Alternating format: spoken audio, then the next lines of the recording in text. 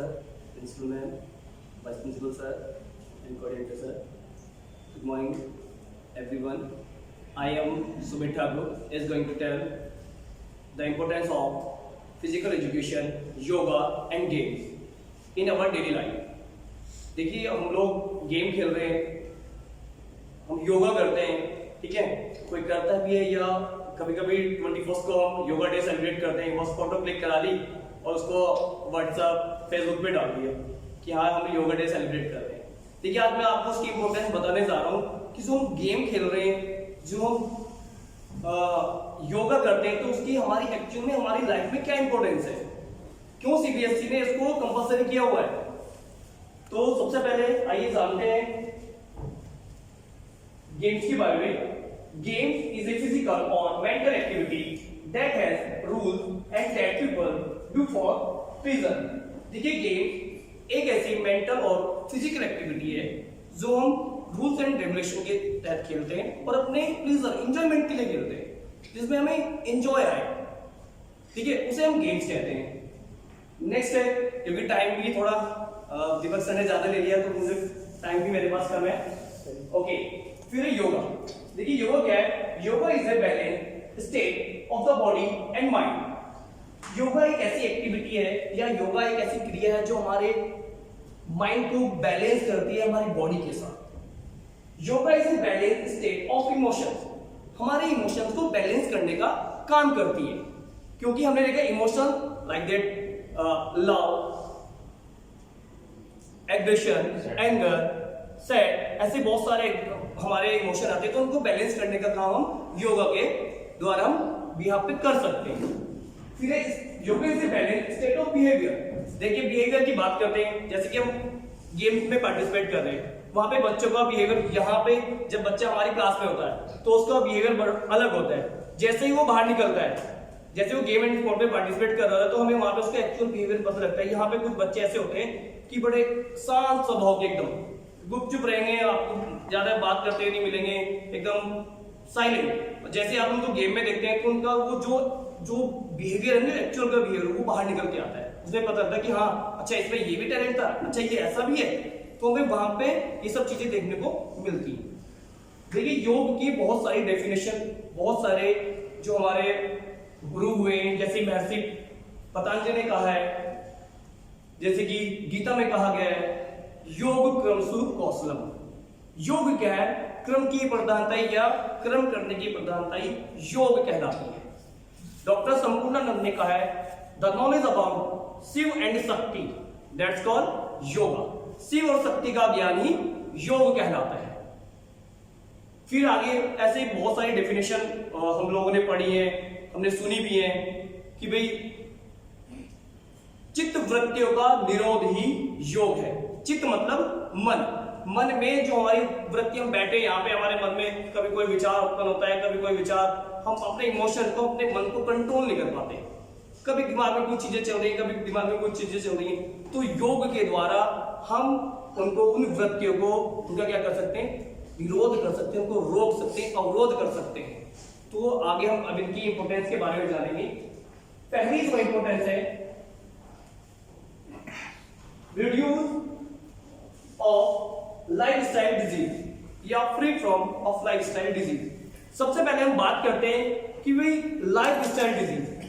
देखिए Indian medical association का एक कोर्स है, उसने कहा कि भाई हिंदुस्तान में आज से 20-22 साल पहले कम्युनिकेबल डिजीज होती थी। कम्युनिकेबल डिजीज मींस संक्रमण रोग, वो एक दूसरे के छूने से फैलते थे।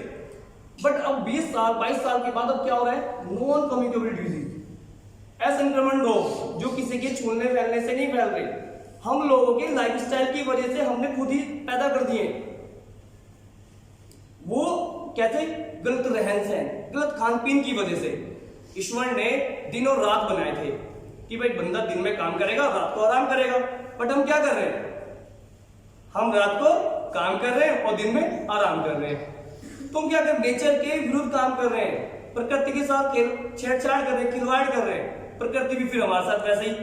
अब जो मैं इसमें बताने जा रहा हूं, जो लाइफस्टाइल डिजीज है, पहला है उसमें ओबेसिटी।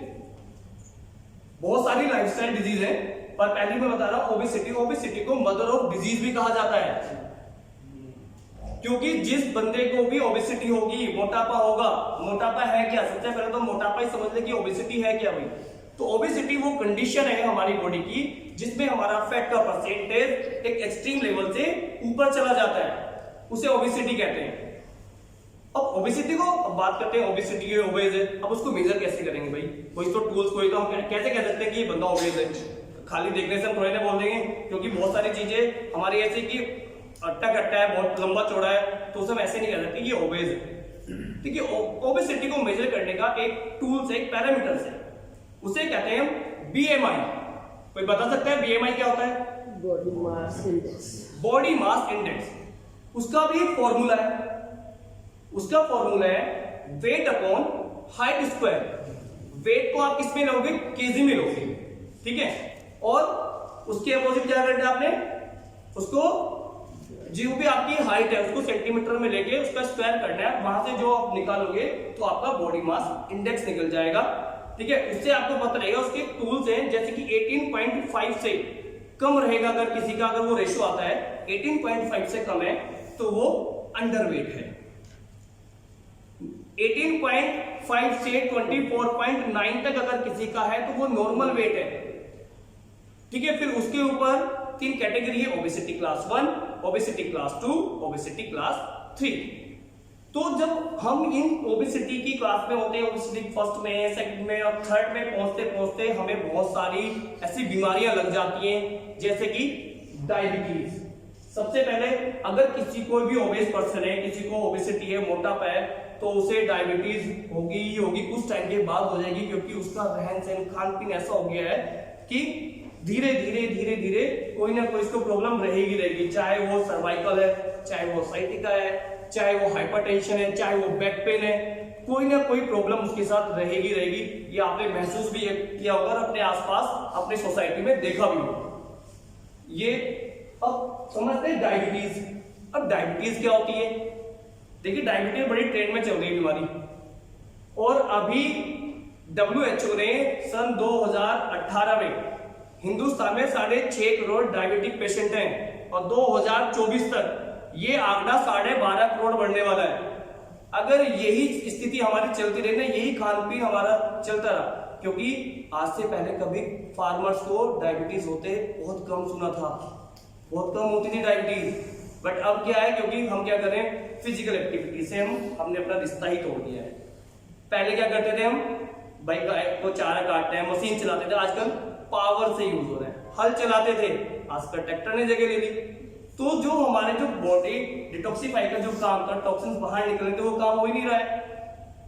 हम बस बैठे हैं, ऑटो एसी में बैठे हैं, विटामिन डी की डेफिशिएंसी से कहेंगे कि हमारे घुटने नहीं चल रहे हैं, ठीक है, बात हो गया, हड्डी में जकड़न पैदा कर रही है, ये सारी की सारी चीजें फिर हमें घेर लेती हैं। बात करते हैं डायबिटीज। डायबिटीज वो बीमारी है जिसमें हमारा पेनक्रियास इंसुलिन बनाना बंद कर दे या कम कर दे, ठीक है, तो उस टाइम हमारी बॉडी में ब्लड शुगर इंक्रीज हो जाता है, तो उसे डायबिटीज कहते हैं। ईश्वर ने इतना अच्छा शरीर हमें दिया है, इसमें सब कुछ दिया हमें। पेनक्रियास एक ग्लैंड है, वो क्या करता है, हार्मोन्स का सीक्रेशन करता है। जो भी हम मीठा खा रहे हैं उसका ब्रेकडाउन एनर्जी में करने के लिए वो एक हार्मोन्स निकलता है और वो उसको एनर्जी में कन्वर्ट कर देता है, उसको बदल देता है, क्योंकि हम डेली यूज के लिए हमें किस चीज की नीड है, एनर्जी की नीड है। एनर्जी मिलेगी कहां से, हमें खाने से मिलेगी, ठीक है। तो खाने में जो हम मीठा खा रहे होते हैं, तो उस मीठे को जो पेनक्रियास वहां से इंसुलिन हार्मोन का सेक्रेशन करता है, वो उसको एनर्जी में कन्वर्ट करता है, जिससे हमारी डेली की एक्टिविटी चलती रहती है, ठीक है। फिर इसी में कुछ चीजें जैसे कि सर्वाइकल। अब हम बैठे, हमारा काम है, टीचर्स हैं हम लोग, ठीक है, बैठे, हमने बच्चे भी देखे होंगे, बच्चे कैसे बैठेंगे, अभिषेक सर को भी आपने देखा ही है, जब आते हैं कि सीधे बैठे, कहते हैं ना हम लोगों को, क्यों बैठे सीधे, भैया वैसे बैठे थे। बच्चे आपने देखे, अगर लिखना स्टार्ट करते हैं, चेयर लेते हैं ऐसे, अधिकतर हम अपने बच्चों को देखते हैं कि चेयर ली सामने, ऐसे बैठ गए और ऐसे करके लिख रहे हैं, ऐसे लिख रहे हैं, ऐसे बैठ गए। ये क्या है, बैड पोस्चर। ये जो हमारी प्रॉब्लम है, ये बैड पोस्चर के कारण होती है। जब हम अपना अधिकतर काम कर रहे हैं, बैठे हैं, किसी को देख ली मोबाइल चला रहे हैं, तो ऐसे गर्दन ऐसे रहेगी, ठीक है ना। तो इससे क्या होता है कि हमारा जो C1 से लेके C7 तक का जो पोर्शन है सर्वाइकल का, उसमें कर्व आ जाता है। इस पे हमने एक वर्कशॉप करी हुई थी, पोस्चरल डिफॉर्मिटीज, जिसमें बॉल है, नॉक नी, काइफोसिस, स्कोलियोसिस, ये सब पोस्चरल डिफॉर्मिटीज के बारे में बताया गया। तो सर्वाइकल अगर किसी को पेन है, दिक्कत है, तो डॉक्टर के पास जाते हैं। डॉक्टर क्या करते हैं, आपको भाई ऐसी पेन किलर दे दी, पेन किलर देने के बाद आपको ट्रीटमेंट चलता है, आपको दवाई दी, अच्छी सी पेन किलर दी, आप कहेंगे भाई डॉक्टर बहुत अच्छा है, आराम हो गया। जैसे आप उसको छोड़ते हो, फिर दोबारा से वो बीमारी वैसी की वैसी हो जाती है। तो डॉक्टर आपको सलाह भी देते हैं कि भाई आपने क्या करना है, एक्सरसाइज करनी है, आपको क्या करना है, एक्सरसाइज करनी है। किसी डॉक्टर के पास ऐसी कोई ट्रीटमेंट, ऐसा कोई दवाई नहीं है कि बिना एक्सरसाइज के वो आपको ठीक कर दे। आपने देखा भी होगा, अगर आप डायबिटीज पेशेंट हैं, आपको कोई भी परेशानी, डॉक्टर आपको सब कुछ बताएंगे, फिर आपको डाइट प्लान बताएंगे कि आपको ये खाना है, ये नहीं खाना है, ठीक है। फिर आपको बताएंगे कि आपको एक्सरसाइज भी करनी है। क्यों भाई, हम एक्सरसाइज भी कर रहे हैं, हम पैसा दे रहे हैं, 500 रुपए आपकी फीस दे रहे हैं, 1000 रुपए आपकी फीस दे रहे हैं, आप हमें ऐसी मेडिसिन दो तो हम एक्सरसाइज करने की जरूरत ही ना पड़े। क्योंकि एक्सरसाइज हमारे ईश्वर ने जो शरीर दिया ना, इसमें हर एक चीज इन्वॉल्व है हमारी, ठीक है। अब जब हम एक्सरसाइज करेंगे, उसी से क्या चीज है, हमारी बॉडी दोबारा से फिर उसी स्थिति में वापस आ जाए, ठीक है। अब सर्वाइकल के लिए मैं कुछ एक्सरसाइज, कुछ चीजें भी बता रहा हूं कि आप सर्वाइकल को अपने घर में बैठ के, जैसे कि अब हमारा जो प्रोफेशन है, किसी को साइटिका की प्रॉब्लम है, किसी को सर्वाइकल पेन है, तो आप चेयर पे बैठे, कभी जो हमारा फ्री पीरियड होता है एमओडी पे बैठे हैं, तो आप चेयर पे बैठे, आप बैठे बैठे क्या कर सकते हैं, आपका हाथ है, आपने हाथों को ऐसे किया, यहां से आपने क्लॉकवाइज रोटेशन करना स्टार्ट कर दिया, ऐसे आप धीरे धीरे धीरे धीरे ऐसे क्लॉकवाइज रोटेशन किया, फिर 10 टाइम ऐसे गिरा, फिर एंटी क्लॉकवाइज किया। आप बैठे वहां, बैठे बैठे ही हम अपने आप को हेल्दी रख सकते हैं, ध्यान रख लीजिए।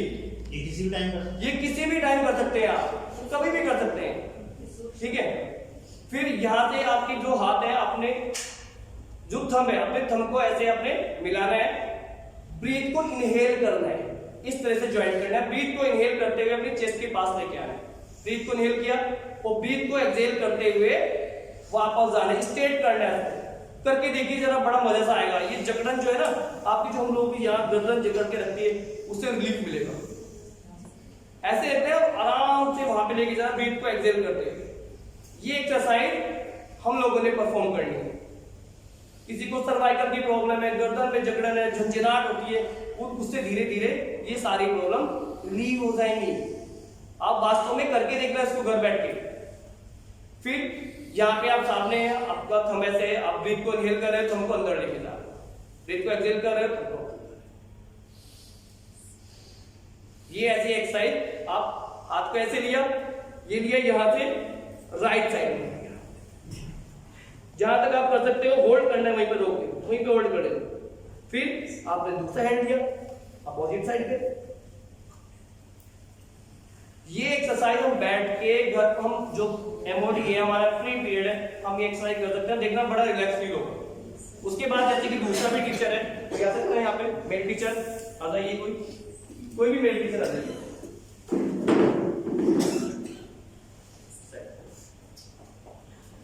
जब कभी भी देखिए C1 हमारी यहां से स्टार्ट होगी, C7 तक खत्म होती है। इसमें जब कर्व आता है, इसको हम कहते हैं काइफोसिस, ठीक है।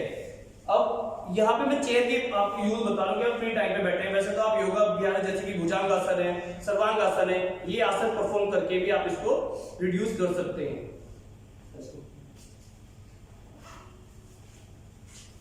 आप बैठे, यहाँ से जो ये पॉइंट है हमारा, ठीक है ना, जिसको भी यहाँ पे प्रॉब्लम है, वो दूसरे के हाथ से कर सकता है। इसको ऐसे आपने पकड़ना है, यहां से आपको ये पॉइंट दबाना है।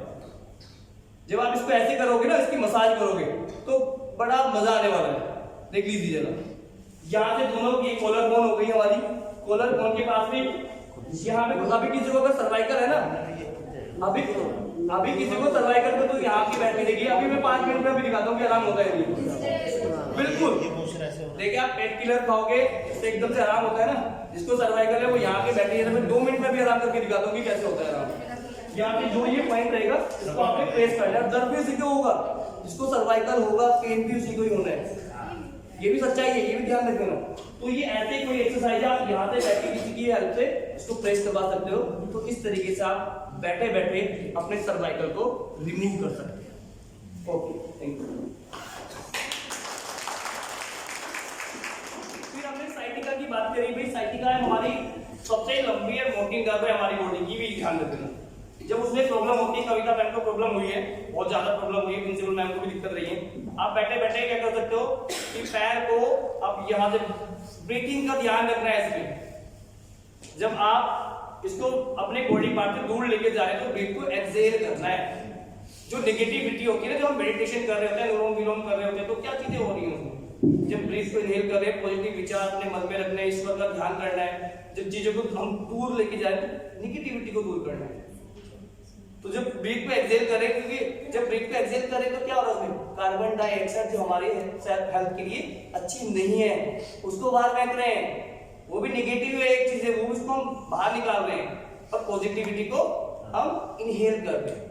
तो आप बैठ के, आप चेयर पे बैठे हैं, कमर गर्दन का ध्यान रखना है, कमर और गर्दन एकदम सीधी रखनी है। आप ऐसे एक्सरसाइज कर सकते हैं, इसको अपने लेवल तक उठाना है।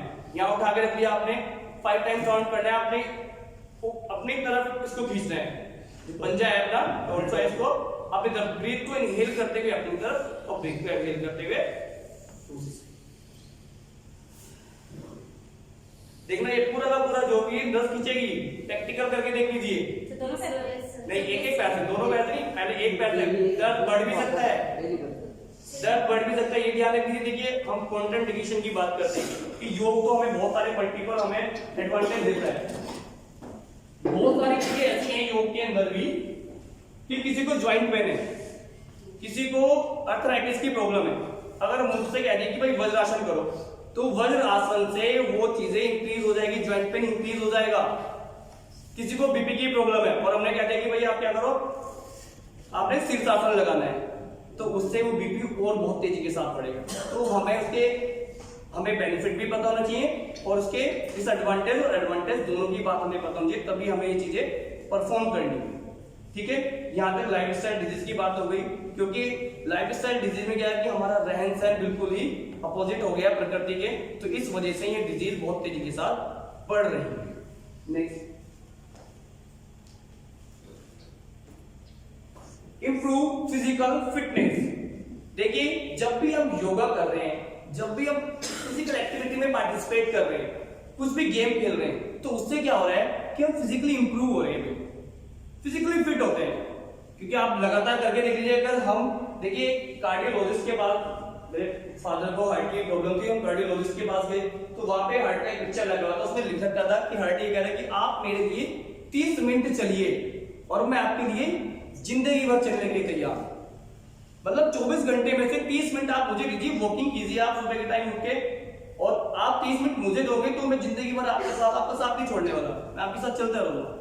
तो जब हम फिजिकल एक्टिविटी कर रहे होते हैं तो उससे क्या होता है कि हमारी बॉडी डिटॉक्सिफाई होती है, टॉक्सिन्स बाहर निकलते हैं, गंदी चीजें, लैक्टिक एसिड, यूरिक एसिड बाहर निकलते हैं, और उससे फिर हमारी फिजिकली हम इंप्रूव होते चले जाते हैं, फिजिकली फिट होते हैं। और फिजिकली फिट की आपको पता ही कितनी इंपॉर्टेंस है हमारी लाइफ में। अगर हम फिजिकली हेल्दी नहीं है तो हम चाहे कोई भी प्रोफेशन है, चाहे वो टीचिंग का प्रोफेशन है, किसी का भी प्रोफेशन है, वो नहीं हो पाएगी जॉब। आज नहीं तो कल हमें जॉब छोड़नी पड़ेगी, नहीं छोड़ेंगे तो हमें निकाल दिया जाएगा, ये भी सच्चाई है।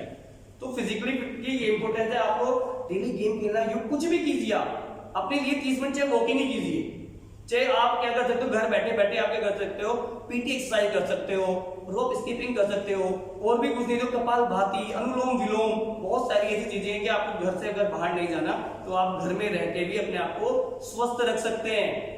अभी आपने जब कोरोना का पीरियड चला था तो उसमें क्या कहा जाता, योग करिए, योगा करना है, क्योंकि जो योग कर रहा था उसका इम्यून सिस्टम अच्छा था, जो फिजिकल एक्टिविटी कर रहा था उसका इम्यून सिस्टम बहुत ही अच्छा था, उसको कोरोना ने इतना नुकसान नहीं पहुंचाया। पर जो कोई डायबिटिक पेशेंट था, किसी को हार्ट की प्रॉब्लम थी, तो उनको एकदम से कोरोना ने अटैक किया, उसकी लंग्स को एकदम डैमेज कर दिया है। तो इसलिए हमें फिजिकली फिट रहने के लिए हमने क्या करना है, डेली कोई भी फिजिकल एक्टिविटी, कोई भी गेम एंड स्पोर्ट में पार्टिसिपेट करना ही करना है। Next, improve mental fitness. देखिए जब हम फिजिकल एक्टिविटी, योगा, मेडिटेशन कर रहे होते हैं तो हम अपने आप कहीं ना कहीं मेंटली फिट होते हैं। जो निगेटिव, जैसे कि हम मेडिटेशन कर रहे हैं, ठीक है, तराटक की क्रिया कर रहे हैं, ठीक है, तराटक समझते हो, योग में षटक्रम की क्रियाएं हैं, षटक्रम शुद्धि क्रियाएं हैं, वो हमारे पूरे शरीर को एकदम साफ सुथरा कर देती है। तो उसमें एक क्रिया है तनाटक। हम बैठे हैं कुछ दूरी पे ही, 6 से 7 गज की दूरी, आप एकदम शांत वातावरण में अपने कमरे में बैठे, आपने कोई भी उस पर फोकस कर रहे हैं, मोमबत्ती जला के बैठे, आप क्या कर रहे हैं, उस पर फोकस मेंटेन करके बैठे। तो इससे क्या होगा कि आप मेंटली इंप्रूव हो जाओगे। तो बहुत सारी चीजें ऐसी होंगी, बहुत सारी चीजें आपकी ऐसी होंगी जो आपने बहुत साल पहले पढ़ी होंगी, बहुत साल पहले देखी होंगी। दिमाग इतना अच्छा हो जाता है कि वो चीज हम भूल नहीं पाते। जैसे कि मैंने सन 2004 में 10th करी थी और एक बार सर्दी पिटाई करी तो याद आता है कि जो हमारा फिटकरी का फॉर्मूला है, कोई बता सकते हैं मुझे फिटकरी का फॉर्मूला? K2SO4 Al2SO4 का होल ट्वाइस इनटू 24H2O। ये मुझे एक बार एक थप्पड़ लगा बढ़िया सा, और फिर मैंने उसको लिख के याद करा, आज तक मैं नहीं भूला। 2004 में मैंने हाई स्कूल करी थी और आज भी 2022 हो गया, 2023 चल गया, 2023 चल गया, सॉरी। तो फिर भी देख लीजिए आज तक वो चीजें नहीं भूली। तो इसी तरह अगर हम डेली कोई भी फिजिकल एक्टिविटी कर रहे हैं, हम योगा का अभ्यास कर रहे हैं, तो हमारा दिमाग इतना अच्छा हो जाता है कि जो भी मेंटल, जो भी एकदम ऐसी कोई सडनली कोई प्रॉब्लम आ जाती है, कुछ हमें करके दिखा रहे हैं, तो हम मेंटली इंप्रूव हो चुके होते हैं कि उसका सोल्यूशन हम आराम से निकाल सकते हैं। अगर हम खुद ही फ्रस्ट्रेट रहेंगे, हमारे जो इमोशन है वो निगेटिव रहेंगे कि यार मेरे से नहीं होने का, ये तो मैं कर ही नहीं सकता, ये तो चीजें नहीं होने वाली, तो फिर हम कुछ नहीं कर पाएंगे। तो सबसे पहले तो योगा क्या करता है, फिजिकल एक्टिविटी क्या कर रही है, हमें मेंटली टफ बना रही है। ठीक है, हम किसी भी सिचुएशन को अच्छे से हैंडल कर सकते हैं। Next, improve digestive system. देखिए आपने बहुत सारी चीजें देखी होंगी, मैं पार्टी वार्टी में देखा होगा, यहाँ पे भी हम देखते हैं, प्लेट ले ली, छोले इधर को जा रहे हैं, पूरी ऐसे रख रखी है, ये रख रखी है, खा लेंगे, दबा के खाएंगे, ठीक है ना, मैंने बहुत देखे हैं। मुझे भी रास्ते में आगे जाके मिले, भाई कहाँ जा रहे हो, भाई पेट में गुड़गुड़ होती जा रही। खाना उतना लो थाली में जो वेस्ट ना जाए नाली में, ठीक है ना। हम क्या करते हैं, देखिए अब खाना तो हमने ले लिया, जी मर्जी हमने खा लिया, जितना मर्जी खा लो, पर उसको डाइजेस्ट करना आना चाहिए, ठीक है ना। हम इतना खा ले रहे हैं, उसके बाद क्या चीजें हो रही हैं कि हम उसको डाइजेस्ट नहीं कर पा रहे, ठीक है।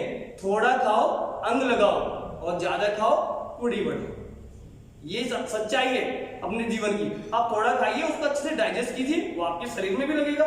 और आप ज्यादा पूरा प्लेट भर भर के खा रहे हो और वो डाइजेस्ट नहीं हो रहा आपको, आप घूम रहे हो, फिर कोई ऐसे लोग खा रहा है, कोई DSR का कैप्सूल खा रहा है, डकार मार रहे हैं, किसी के साथ बैठे फिर ऐसे करते ना, ये चीजें होती है नहीं होती है।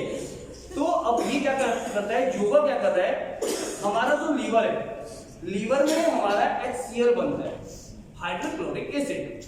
अब हमने देखा है कि भाई एकमात्र आसन ऐसा है सब आसनों में कि वो खाना खाने के बाद किया जाता है। कोई बता सकता है?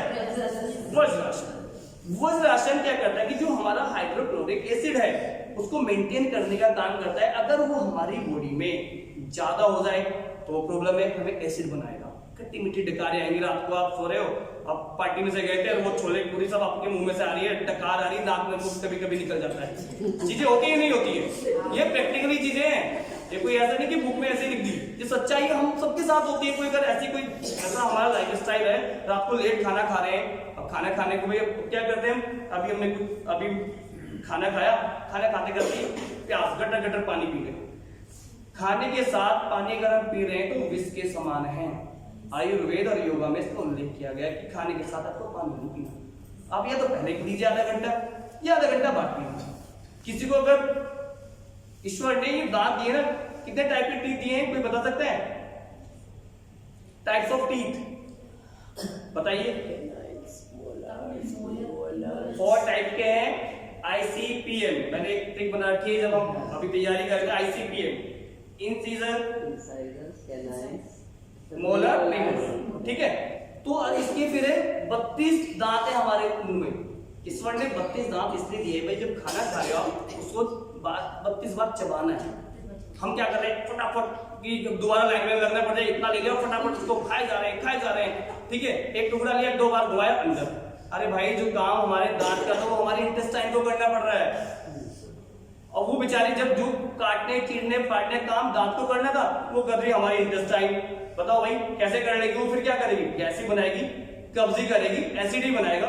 ऊपर से हम क्या कर रहे हैं, पानी गट पानी पी लिया। जो हमारा मेटाबॉलिज्म जो प्रोसेस चल रहा था, जो केमिकल चेंजेस हो रहे थे वो भी स्टॉप हो गए।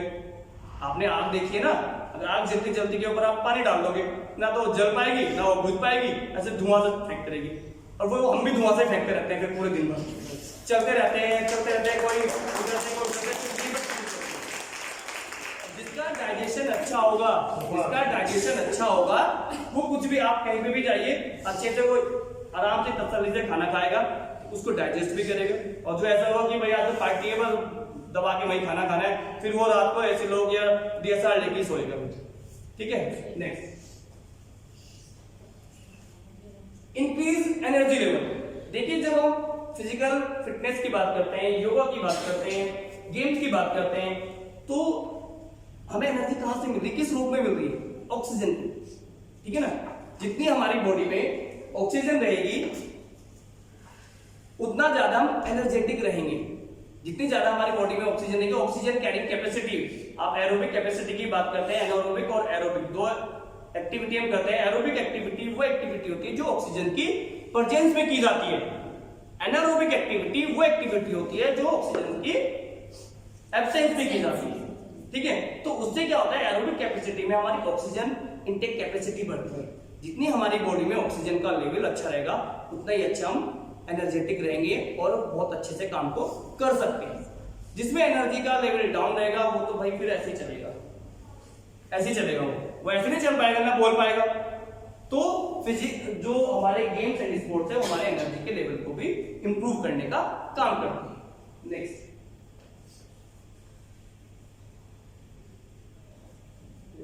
Reduce chances of depression, anxiety, tension. ठीक है, देखिए हमने देखा है कोई भी एग्जाम आ रहे हैं, बच्चे बड़े उसमें चल रहे हैं, डिप्रेशन में चल रहे हैं, बड़े कि क्या होगा, कुछ बच्चे ऐसे जो पढ़े नहीं है, बड़ी टेंशन में, सर अब क्या हो रहा है, मुझे तो केमिस्ट्री आई नहीं रही, मैंने तो ये करा ही नहीं है। ठीक है, कोई भी किसी को किसी तरह की डिप्रेशन टेंशन हो सकती है, एंजाइटी हो सकती है।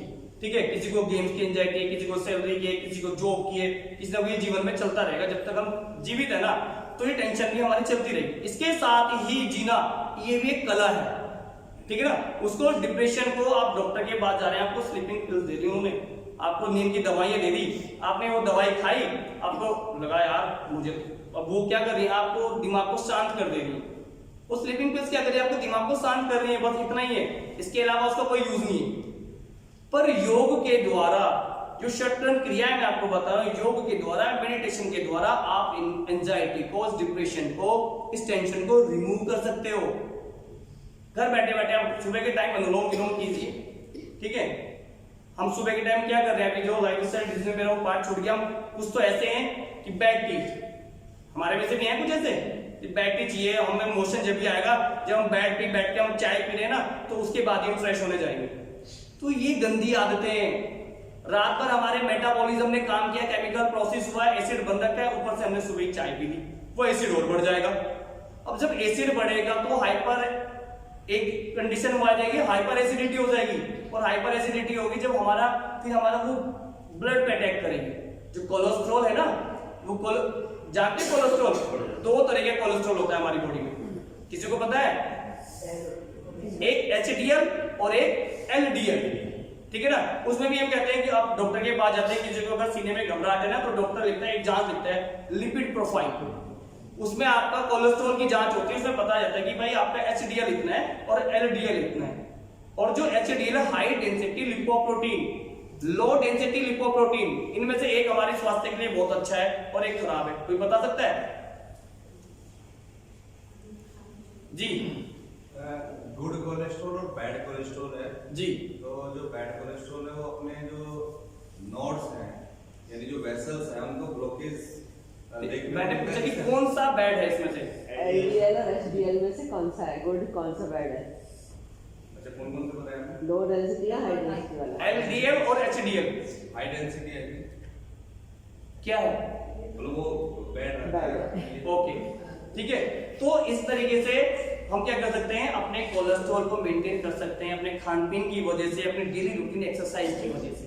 Okay next improve social status. ये पिक्चर दिखाई दे रही है किसी को अपने बच्चों को पीछे? ये दिखाई दे रही है पिक्चर सबको? कोई जानता है इसको? आप लोग जानते हैं टीचर्स? जो नए आए वो नहीं जानते होंगे, पुराने टीचर्स तो जानते होंगे इसको। अपने विश्वास ये है तरंग, 6th क्लास में है, ठीक है। हम पिछले साल एसएफए में गए, लगभग 250 पार्टिसिपेंट थे इसमें, स्केटिंग में, ठीक है। वहां पे इस बच्चे ने ऐसी परफॉर्मेंस दी है, इतनी अच्छी परफॉर्मेंस दी है उन 250 बच्चों में कि इस बार जब एसएफए स्टार्ट हुआ सबसे पहले तो हमारा इंटरव्यू हुआ, उसके बाद पोस्टर को आए, इसके पोस्टर लगे हुए थे चारों तरफ स्केटिंग में। कैसे सोशल डेवलपमेंट कैसे हुआ, कैसे पता लगा कि भाई जेपीएस से आया है? कौन जानता है जेपीएस को? कौन जानता है सुमित सर को? कौन जानता है तरंग को? जब हम कुछ ऐसी एक्टिविटी करें, कुछ ऐसा हम दिखाएंगे ना टैलेंट, तभी हमारा नाम होगा, तभी पता लगेगा कि हाँ जेपीएस, डीपीएस भी था यहाँ पे डीवी भी था। जेपीएस का नाम क्यों हुआ? जेपीएस के बच्चे का फोटो क्यों लगा? कुछ करके दिखाया, कुछ किया हमने, तभी हमारा सोशल डेवलपमेंट हुआ है। समाज में जाना है कि हाँ भाई जेपीएस भी कोई है, तरंग भी कोई है वहां पे। ऐसा इस बार गए तो पहले ही एसएफए वाले खड़े थे, हाँ जी आपकी टीम में तरंग कश्यप क्या आया? हाँ जी आया। तो पहले उसका एक उसकी बाइट हुई, ठीक है। तो कैसे जाना? गेम्स के थ्रू, गेम्स के द्वारा उसको जाना, पहचाना गया। एक गेम ने उसको क्या दिया? एक पहचान दी है, सोशल डेवलपमेंट किया है। जब मैं यहाँ पे मैंने स्कूल ज्वाइन किया तो मैम ने एक क्वेश्चन था कि हमारे बच्चे बाहर जाते हैं, कुछ ऐसी एक्टिविटी करो जो यहाँ पे बच्चे आए। सन 2016 के अंदर हमने पहली ऐसी एक्टिविटी कराई थी, 2 एक्टिविटी लगातार कराई और इतनी भरपूर बच्चे, इतने बच्चे आए। मैंने कहा कि भैया रहने दो, अब स्कूल ये कह रहे हैं कि जेपीएस में तो सिर्फ खेल ही खेल हो रहे हैं, पढ़ाई होगी नहीं। अब सेमफोर्ड स्कूल था, 90 स्टूडेंट थे वहां पे, 90 स्टूडेंट। जो हमारा पिछला 12th का बैच था ना वो वहीं से आया था और 68 बच्चों ने एडमिशन हमारे यहाँ लिया था। सेमफोर्ड स्कूल बंद हो गया, वो स्कूल कोई और स्कूल के नाम से किसी और ने उसको लिया वहां पे पल्लारपुर में, अब कोई और किसी और नाम से चल रहा है। किस वजह से? क्योंकि हमने कुछ अलग किया ना। स्कूल तो सारे चल रहे हैं, एजुकेशन तो सभी दे रहे हैं, तो हमने कुछ ऐसी एक्टिविटी प्लान करी, हमने अपने यहाँ पे बुलाया, हमने वो फैसिलिटी बच्चों को दी, उनको लगा कि हाँ जेपीएस में कुछ एक्स्ट्रा हो रहा है, कुछ चीजें चल रही हैं। तो इसलिए अब इससे क्या हुआ? हमारा हम सोशल डेवलपमेंट हुआ है, समाज हमने पहचानता है, ठीक है। Next, improve economical status. देखिए हम सब क्या कर रहे हैं, क्यों बैठे हैं, जॉब कर रहे हैं, किस लिए बैठे हैं? पैसे के लिए। कोई ऐसा तो नहीं है कि उसको सैलरी नहीं चाहिए बस उससे काम ले लो, कोई ऐसा है? सबको पैसा चाहिए, कोई भी हो, ठीक है। तो देखिए गेम एंड स्पोर्ट्स क्या करते हैं, देखिए सर इसमें फोटो समझ में आ रहा है ना किसकी है? सचिन तेंदुलकर क्रिकेटर है हमारे, ठीक है, 10th पास है और देखो सब जानते हैं, समाज में भी सब जानते हैं, पैसा भी भरपूर है। महेंद्र सिंह धोनी जब तक टिकट कलेक्टर था कोई नहीं जानता था, गवर्नमेंट जॉब थी पर कोई नहीं जानता था, 1-2 स्टेशन वाले तो जानते होंगे। और आज हिंदुस्तान के बाहर भी उसको जान रहे हैं और पैसा भी खूब कमाया। 17 करोड़ में आईपीएल में प्लेयर बिक रहे हैं, 16 करोड़ 17 करोड़, ठीक है, बिक रहे ना किसके द्वारा? हमें क्यों ना कोई लेके चला जाए, टीचर को कोई ना ले जाए कि चलो जी आप भी चलो 17 करोड़ आपको दे दें, क्योंकि वो गेम्स खेल रहे हैं। उस गेम को उन्होंने प्रोफेशनल मींस अपनाया है, लगातार चल रही है चीजें, तो आज उनकी पहचान है, हमसे अच्छा पैसा भी कमा रहे हैं। ऋषभ पंत है, कौन आज तक कोई जानता था? अब ऋषभ पंत को जानने लगे। सुनील छेत्री कोई जानता था? कोई नहीं जानता था। अब 256 देश, 256 कंट्री ऐसी जो फुटबॉल खेलती है और सभी के सभी जानने के भाई सुनील छेत्री भी कोई है, भारत से आया है, भारत की एक नाम कमाया, एक पहचान बनी है, ठीक है, समझ में आ गया? Okay next, development of brotherhood spirit. देखिए गेम एक ऐसा माध्यम है, हम जब एक्टिविटी कराते हैं तो वहां पे चाहे खिलाड़ियों का एक कॉलम होता है, हम उसको फील कर रहे होते हैं ना, तो उसमें कभी भी किसी धर्म का नाम नहीं होता, उसमें धर्म का कॉलम ही नहीं होता कि आप किस धर्म से बिलोंग करते हैं। सबसे बढ़िया बात तो मुझे ये लगी अपने गेम्स में, कोई आप जात पात कुछ नहीं पूछी जाती उसमें, आप प्लेयर हो, कहां से आए हो, जिस स्कूल से आए हो, ये सब चीजें होती हैं बस, ठीक है। अब जब हम गेम खेल रहे होते हैं ना, किसी की भी साथ हम जाते हैं, बाहर खेल रहे होते हैं, तो उससे क्या होता है, ये सिर्फ यहाँ की बात नहीं, इंटरनेशनल ब्रदरहुड की भावना भी डेवलप होती है। पाकिस्तान से हमारे संबंध कैसे क्यों ना हो, पर आज भी हरभजन सिंह और शाहिद अफरीदी की दोस्ती है, ठीक है ना। तो ये कहते हैं कि ये गेम्स क्या कर रहे हैं, हमारे ब्रदरहुड की भावना को डेवलप करने का काम करें। इस पिक्चर में भी हमारे बच्चे हैं, हिंदू मुस्लिम सिख ईसाई सब बैठे, कोई बता ही नहीं सकता। गेम ने सबको इकट्ठा करके रखा है। इन पे मुझे कुछ पंक्तियां याद आ रही है सूरदास जी की। उन्होंने कहा था, हिंदुओं को भी लताड़ लगाई थी, उन्होंने कहा था कि पहाड़ पूजे हरे मिले तो मैं पूजू पहाड़, और ताते यह चाकी बनी इसका है संसार। और इसी में इन्होंने मुस्लिमों को भी कहा था कि कंकर पत्थर जोड़ के मस्जिद लियो चुनाए, और ता चढ़ी मुल्ला बाग दी क्या बहरा हुआ खुदाए। तो ये काम कभी सूरदास जी ने हम लोगों को इकट्ठा करने के लिए, मानवता के लिए कहती कि भाई हमें लड़ना नहीं है, हमें एकजुट होकर काम करना है। वही काम हमारे गेम एंड स्पोर्ट्स ने किया है। टीम में हिंदू मुस्लिम सिख ईसाई सब होते हैं, सब मिलके काम करते हैं, टीम स्पिरिट के रूप में काम कर रहे होते हैं। कोई अपने धर्म को रिप्रेजेंट नहीं कर रहा होता, टीम को रिप्रेजेंट कर रहे होते हैं। तो ये सारी की सारी भावनाएं कहां से आती हैं? गेम से आती है। गेम्स हमें जोड़ने का काम करता है, तोड़ने का काम नहीं करता है, चाहे वो किसी भी।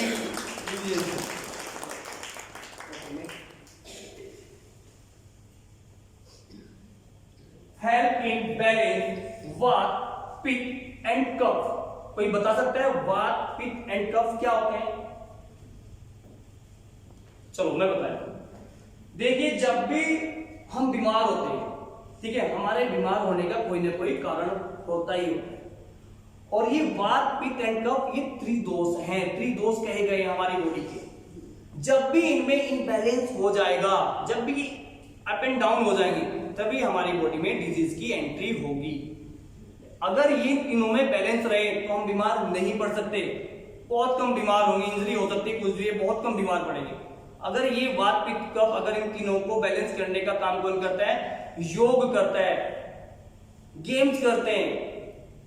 अगर इन तीनों में बैलेंस रहेगा तो हम बीमार नहीं पड़ेंगे, और बीमार पड़ते हैं तो 500-700-1000 रुपए का तो पर्चा डॉक्टर का बनता है, ठीक है। छुट्टी लेके हम जाते हैं, स्कूल को भी नुकसान, प्रिंसिपल मैम का बीपी बढ़ जाता है कि इसलिए टीचर तो पहले छुट्टी में, क्या करें? ऐसा होता है नहीं होता है? तो इस सब चीज को क्या करना है, अब मैम का बीपी भी सही रखना है, ठीक है, स्कूल को भी चलाना है, अपना जो अपना इकोनॉमिकल स्टेटस है उसको भी सेव कर रखना है, पैसा भी सेव करना है। कैसे होगा वो? अगर आप योग कर रहे हो ना यार, तो आपको ऐसी छुट्टी लेने की नीड नहीं है कि आपको बीमार हो गया, ऐसा कुछ हो गया, क्योंकि ये सब एकदम बैलेंस रहेगा, आपको बीमारी हो ही नहीं सकती। इसके अलावा जब कभी हमारी नेक्स्ट वर्कशॉप होगी तो उसमें हम आपको दिखाएंगे जो सटर्न क्रिया का कुछ पार्ट उसमें दिखाएंगे। जैसे कि मैंने पहले जो वीडियो बनाई थी जब हमारा कोरोना काल चल रहा था, उसमें जल नीति, सूत्र नीति, रबड़ नीति। यहाँ पे 2017 में क्रिकेट की टीम थी हम लोगों की, बड़ा अच्छा क्रिकेट खेल रहे थे। उस टाइम गर्मी का टाइम था बहुत ज्यादा। जुनैद अंसारी अभी भी है यहाँ पे बच्चा, कभी भी पूछ लेना। मीटिंग चल रही थी, मैंने कहा मैम हम बाहर प्रैक्टिस कर रहे हैं। मैंने कहा कि चलो ठीक है आप प्रैक्टिस करो। तो क्या हुआ, उस बच्चे को नाक से खून आना स्टार्ट हो गया। मैं इतने बॉल लेके आया, उसकी नाक से खून आ रहा है। मैंने कहा भाई बॉल लग गई, आज तो बहुत तगड़ा पंगा होना है। तो बच्चों ने बताया कि सर इसको बॉल नहीं लगी, इसको नक्सीर चलती है। मैंने अगले दिन से उसके पापा का नाम गुलशेर अली है, नाम भी नहीं मैं भूला अब तक। 2017 में की बात है, बच्चा भी अब 11th में आ गया, जब तो छोटी क्लास में था। उसने कहा सर मुझे नक्सीर चलती है। मैंने अगले दिन ही वो 150-120 रुपए का उसके आइटम आई, एक लोटा आता है, एक रबड़ आई, एक सूत्र आई। बच्चे को अगले दिन से वो करानी स्टार्ट करी। देख लो जुनैद अंसारी यहीं पे है, पूछ लेना कभी अगर उसको नक्सीर चली भी है तो। सिर्फ जल नीति कराई थी, जल नीति, सूत्र नीति। ऐसे मुझे यहाँ पे सुल्तानपुर से 2 बच्चे थे हमारे 12th में, उनको बहुत ज्यादा नक्सीर चलती थी, उनको भी हमने जल नीति और सूत्र नीति कराई है। बच्चे ठीक है, कोई दवाई की जरूरत नहीं पड़ी है, अपने आप से जल नीति सूत्र नीति करने से ही बच्चे ठीक हो गए। तो इतनी पावर है हमारे योग में, गेम्स में, ठीक है। नेक्स्ट लास्ट एक और help in rehabilitation process. Rehabilitation समझते हो? रिहेबिलिटेशन क्या होता है? रिहेबिलिटेशन प्रोसेस वो प्रोसेस होता है जिसमें कोई पर्सन टॉप फॉर्म में है, और टॉप फॉर्म के दौरान, टॉप फॉर्म मतलब परफॉर्मेंस पे, जैसे कि सूर्य कुमार यादव है, बड़ी टॉप फॉर्म में चल रहा है इस टाइम, और उसको इंजरी हो जाए, दोबारा से उस टॉप फॉर्म में आने के लिए जो भी जिस प्रोसेस से वो निकल रहा होता है उसे रिहेबिलिटेशन प्रोसेस कहते हैं। उस प्रोसेस में भी हमारे गेम्स, हमारी एक्सरसाइज की हेल्प कर रही होती हैं। किसी को चोट लग जाए, डॉक्टर उसको क्या करते हैं, देखिए किसी का फ्रैक्चर हो गया, उसको प्लास्टर करते हैं ना, प्लास्टर में कोई ऐसी मेडिसिन नहीं है कि उसको जोड़ रही है हड्डियों को। हमारे खुद ईश्वर ने जो शरीर दिया ना, बस उसको क्या करें, प्रोटेक्ट करने का काम करें, हिले डुले ना। अच्छी डाइट लो, कैल्शियम की आप चीजें खाइए, वो हड्डियां जुड़ जाती है 40-45 दिन के बाद ही। ऐसा होता है या नहीं होता है? ऐसा अपने आप ही हो जाता है। तो अब रिहेबिलिटेशन प्रोसेस में क्या होता है कि छोटी छोटी सिंपल टू कॉम्प्लेक्स एक्सरसाइज हम करते हैं, छोटी छोटी। वो कहता है कि अब आपने क्या करना है, फिंगर को ऐसे रोटेट करना है, ऐसे हिलाना डुलाना है, ये सब चीजें करनी है, ऐसे रोटेट करना है। तो ये रिहेबिलिटेशन प्रोसेस में भी हमारी जो एक्सरसाइज फिजियोलॉजी का पार्ट है ये, ठीक है। एक्सरसाइज फिजियोलॉजी में, फिजिकल एजुकेशन में एक्सरसाइज फिजियोलॉजी एक चैप्टर है, उसी के माध्यम से हम इन सब चीजों को ठीक करने का काम करते हैं। Okay, thank you very much. और कभी भी कोई भी ऐसे मतलब ऐसी बहुत सारी चीजें हैं जो हम अपनी लाइफ स्टाइल में ऐसे कर रहे हैं, और कोई चीज आपको सुननी। जी सर, एक तो ये योगा है या योग है? देखिए, कंफ्यूजन रहती है। योग जब हम उसे इंग्लिश में अगर लिखते हैं तो वो योगा लिखा जाता है, वैसे योग कहा जाता है कि योग का मतलब है जोड़ना। हम एक आत्मा का परमात्मा से मिलन ही योग कहलाता है। हम सामान लेने जाते हैं ना, थोड़ा लिटरेचर में भी ए एडेड है उसमें। लिटरेचर में है, इंग्लिश में it is added, हिंदी में योग। हिंदी में योग है जी। पर इंग्लिश की बुक्स में और फिजिकल की बुक में भी योगा है। जी, ये लगा हुआ है। जैसे कि ये और क्वेश्चन है जी सर, जैसे ज्यादातर लोगों के साथ टीचर्स हमारे साथ क्या होता है कि सुबह जल्दी आना है स्कूल के लिए, कुछ लोगों को ब्रेकफास्ट भी बनाना होता है, और यहाँ से जब 3-4 बजे घर पहुँचते हैं तो उसके बाद घर के काम रह जाते हैं, बच्चों के काम होते हैं। तो वो जो हमारा एक 30 मिनट्स जो हार्ट के लिए चाहिए वो निकल नहीं पाता। तो उसके लिए टाइम कैसे निकालें, और अगर 30 मिनट से निकल रहे हैं, 10 मिनट में निकल रहे हैं, तो 10 मिनट में फटाफट क्या क्या कर रहे हैं, ये ब्रीफ में आप थोड़ा सा बताओ। देखिए अगर हम पहली बात तो कोई भी सभी इंसानों पे 24 आवर्स नहीं है परवाह। हम थोड़ा सा पहले उठने की कोशिश करिए कि हमें भाई हम जिंदगी जीनी है अच्छे से, तो हमें अब हम क्या करें, रजाई में पड़े, थोड़ा सा मेहनत करनी है। उठने में एक बार लगेगा कि थोड़ा उठ रहा है, पहले अगर नहीं भी उठ रहे, अगर आपके पास 10 मिनट ही है तो 10 मिनट में आप अनुलोम विलोम कर सकते हो, ऑन द स्पॉट रनिंग कर सकते हो, रोप स्किपिंग कर सकते हो, ठीक है। मैंने उस वीडियो में बताया था कि आपको पीछे की तरफ आप ऐसे ये चीजें होंगी, आप ये एक्सरसाइज कर सकते हो पीछे की साइड। इससे हम खाना बनाने के साथ साथ भी कर सकते हैं। ये चीजें आपको सब्जी चढ़ाई है, उसको कटने मिलानी है, उस उसका बाद हिलानी है, और वही किचन में खड़े खड़े कर सकते हैं। इसमें ये ना कतनी मीठी खांड सी और करनी विस्की लोए, और कथनी को करनी करे रिश्ते अमृत होए। तो ये चीजें हैं कि हम कहते रहते हैं, हम भी सजेशन देते रहेंगे चाहे जितने भी लोग, क्योंकि हम हमारे पास जितना ईश्वर ने दिया है, इतनी नॉलेज है कि हम दूसरे को एक्सप्लोर कर सकते हैं। पर एक तरीका ये है कि आप सबका BMI इंडेक्स चेक करो। बिल्कुल, ये अभी तो कुछ सबको टाइम इंस्पिरेशन मिलेगी कि मुझे अब तो वो करना ये ही पड़ेगा। हम ये भी सोच रहे थे कि जो हमारा हम रिपोर्ट कार्ड देते हैं ना बच्चे का, जब बच्चा हमारे पास आ रहा है तो एक बार उसका BMI चेक कर ले रहे हैं। जब बच्चे को एंड ऑफ द सेशन हम रिपोर्ट कार्ड दे रहे हैं तो एक बार उसका BMI तब भी चेक कर रहे हैं कि हाँ भाई बच्चे ने इतना फिजिकली इंप्रूव किया है अपने आप को। तो पेरेंट्स को एक मैसेज आएगा कि हाँ भाई जमदग्नि में ये चीज भी ऐड हुई है। पेरेंट्स को पता नहीं कि BMI होता क्या है, बच्चा कैसा है, ये सब चीजें तो हम ये भी कर सकते हैं। और कुछ पहले किसी की पूछना है, cholesterol, digestive system, cardiac output, कोई बता सकता है कार्डिक आउटपुट क्या होता है? स्टॉक वॉल्यूम, कार्डिक आउटपुट, क्योंकि ये बहुत सारे पॉइंट अभी रहते हैं। सर मेल एंड फीमेल का लेंथ के अकॉर्डिंग वेट अलग अलग बिल्कुल अलग होता है। सपोज उसका एक पूरा का पूरा एक पूरी की पूरी टैली है, उसकी पैरामीटर्स हैं, वो मैं आपको सबको एक सेंड कर दूंगा। उसमें वेस्ट एंड हिप रेशियो से भी आप अपना बॉडी फैट परसेंटेज निकाल सकते हैं। BMI के अलावा भी वेस्ट एंड हिप से भी आप फैट परसेंटेज निकाल सकते हैं, बता सकते हैं। आप नहीं कर दीजिएगा क्योंकि वेट मशीन तो हमारे पास है। वेट मशीन है और बैक तो करती रहती है। सर 3 मंथ पहले आपको बहुत परेशान किया जब हाँ। मैंने अपना वेट किया तो उसके अकॉर्डिंग मेरा 3 मंथ में 6 kg लूज मतलब हो गया था। तो सर उसके बाद मैंने केवल छोटी-छोटी एक्सरसाइज स्टार्ट की, उससे मैं बिल्कुल फिट रहती हूं। आप लोग सुबह, वेरी गुड, बैठिए। आप लोग सुबह आते हो, ब्रेकफास्ट करके आए, क्या करके आओ बताना है मुझे, क्या खा के आए आप लोग? कुछ भी पी के दूध पी के आए, और बताइए। बस चाय ये देखो चाय में क्या है, क्या होगा? चाय पियोगे, पहली बात तो चाय एक ऐसा पेय पदार्थ है जो 67 डिजीज को इंप्रूव कर रहा है, बढ़ा रहा है बहुत तेजी के साथ। चाय अगर हमें पीनी है तो बिना दूध की पीनी है, उसमें आप लिप्टिस के पत्ते डालिए, तुलसी के पत्ते डालिए, अमरूद के पत्ते डालिए, ऐसा काढ़ा पीना है। काढ़ा पीते थे हम लोग पहले, चाय पे अंग्रेजों ने डेवलप कर दी कि चाय पीनी है, वो गुलामी का एक प्रतीक हम पीते आ रहे हैं और हो रहे हैं, मोटे हो रहे हैं, ऐसे बढ़ते जा रहे हैं और फिर एक दिन ऐसे हो जा रहा है कि फट ही जाना है। एसिडिटी बढ़ाती है।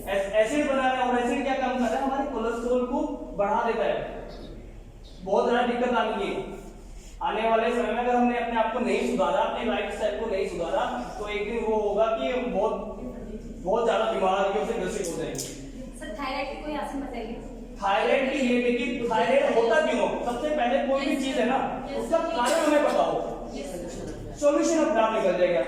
एक थायरोक्सिन नामक एक हार्मोन होता है, ठीक है ना, वो हमारी जो ग्लैंड होती है ना यहाँ पे, उससे उसका सिक्रेशन होता है, ठीक है। तो उससे क्या करना है हमें, सर्वांगासन, भुजंगासन, अर्धमत्स्येंद्रासन, ये आप आसन करोगे तो धीरे धीरे अपना आप ये सेक्रेशन होना दोबारा से स्टार्ट हो जाएगा और आपका धीरे धीरे थायराइड आपका कम हो जाएगा। एकदम से नहीं होने वाली ये सब चीजें, ऐसा कुछ नहीं है। क्योंकि डॉक्टर या एलोपैथिक के पास आप जाते हो, क्या करते हैं, आपको एक टेबलेट दे दी, पेन हो रहा है किसी को, पेन किलर दे दिया, आपने खाई, आप लगा भाई बढ़िया, बोले बहुत बढ़िया डॉक्टर है भाई, ठीक हो गए, जैसे ही छोड़ोगे फिर बढ़ जाएंगे। आजकल तो स्टेरॉइड होता क्यों है? सर सुबह थायराइड खाने का तो समझता ही नहीं है। थायराइड टैबलेट आती है वो खानी मत बताइए। थायरोक्सिन मैंने अभी बता दिया हार्मोन होता है, वो इसी थायरोक्सिन क्यों खानी पड़ रही है, इसीलिए तो खानी पड़ रही है, कंट्रोल करने के लिए। वो होता क्यों है सर? देखिए जो थायराइड है ना, थायराइड जो है, थायराइड ग्लैंड होता है हमारी बॉडी में, जो हम गलत खान पीन की वजह से, रहन सहन की वजह से और लैक ऑफ फिजिकल एक्टिविटी की वजह से जितनी भी बीमारियां हैं, मोस्ट ऑफ द इनका कारण यही है कि हम फिजिकल एक्टिविटी को अवॉइड करते जा रहे हैं। इसी वजह से जो हमारी जो यूरिक एसिड है, लैक्टिक एसिड है, वो पास आउट ही नहीं हो रहा। हम अब डाइजेस्टिव सिस्टम के एग्जांपल हम खा तो इतना रहे हैं और जब फ्रेश होने जाते हैं तो हम ढंग से हमें पेट साफ ही नहीं हो रहा, कॉन्स्टिपेशन की प्रॉब्लम है। मेन जड़ है हमारा कॉन्स्टिपेशन, कब्ज है, तो बहुत सारी पेट से ही सारी बीमारियां हैं। अगर पेट साफ अच्छे से हो रहा है तो आप चाहे कितना खा लीजिए, और पेट साफ हो रहा है तो आप दबा के खाइए, ठीक है। और किसी कोई क्वेश्चन? जी, I want to ask you a question, sir. Actually, जब हम क्लास में एंटर करते हैं बच्चों की, आजकल जैसे हम देख रहे हैं सीजन है, ठंड बहुत है और बच्चों को हम देखते हैं बच्चे सिकुड़े से बैठे रहते हैं कई बार मॉर्निंग में और लंच के बाद भी हम जाते हैं। जब कभी ऐसा देखते हैं कि कुछ बच्चे बोर बैठे हुए हैं या कुछ भी है, तो हम चाहते हैं कि थोड़ा सा बच्चों को एनर्जेटिक बनाएं, तो हम उसके लिए थोड़ा एक्सरसाइज तो कराते हैं कभी कभी जाकर इस तरह से, लेकिन वो सही है या गलत है वो हमें नहीं पता। तो अगर कोई 2 और 3 मिनट की ऐसी एक्सरसाइज हमें बताई जाए जो हम बच्चों को करवा सकें, बच्चों में एनर्जी भी आ जाए, ठंड भी उनकी थोड़ी सी कम हो, या कुछ इस टाइप की एक्सरसाइजेस आप देखिए जो देखिए इसका एक ये है कि आप जब हम तो सुबह टाइम हम जा रहे हैं, बच्चे ऐसा नहीं है कि भाई हर एक बच्चे का नेचर अलग होता है, ठीक है। वो सुबह हर एक घर में क्यों क्या खा गया, अगर हम कुछ इसको ऐसे, क्योंकि ये ग्रुप ऑफ एक्टिविटी है। अब ग्रुप ऑफ एक्टिविटी में हम सिंगल कोई एक्टिविटी ऐसी, वैसे तो आप बैठ के उनको स्मॉल एक्सरसाइज जैसे कि हाथ रबिंग है, आपने ऐसे कर दिया, ठंडा हो रहा है किसी को, हाथ रब किया आपने, देखो थोड़ी देर बाद ही गर्म हो जाएंगे, ठीक है। उसको गर्म करने के बाद अपने फेस पे लगा सकता है बच्चा, ठीक है। आप बैठे हैं, बैठ के आप ये एक्सरसाइज करा सकते हैं, हाथों को चला सकते हैं, strenuous activity, vigorous activity, trapping करा सकते हैं। विगोरस एक्टिविटी नहीं करानी क्योंकि उससे क्या होता है बच्चे को वॉमिट होने के चांसेस भी बढ़ते हैं। तो हमें स्मॉल एक्सरसाइज, सिंपल एक्सरसाइज करानी है। बैठे हैं, चलो भाई उनको खड़ा कर दिया, खड़ा करने के बाद हाथ ऐसे करा दिए, सब एक साइड राइट मूव करेंगे, हाथ किसी का टच भी ना हो, एक बिल्कुल नजदीक खड़े हैं। उनको पहले कहा कि लेफ्ट जाना है, फिर कहा कि राइट जाना है, तो ऐसी कोई भी एक्टिविटी वो करेगा तो उससे मैं समझता हूँ कि इतना सफिशिएंट।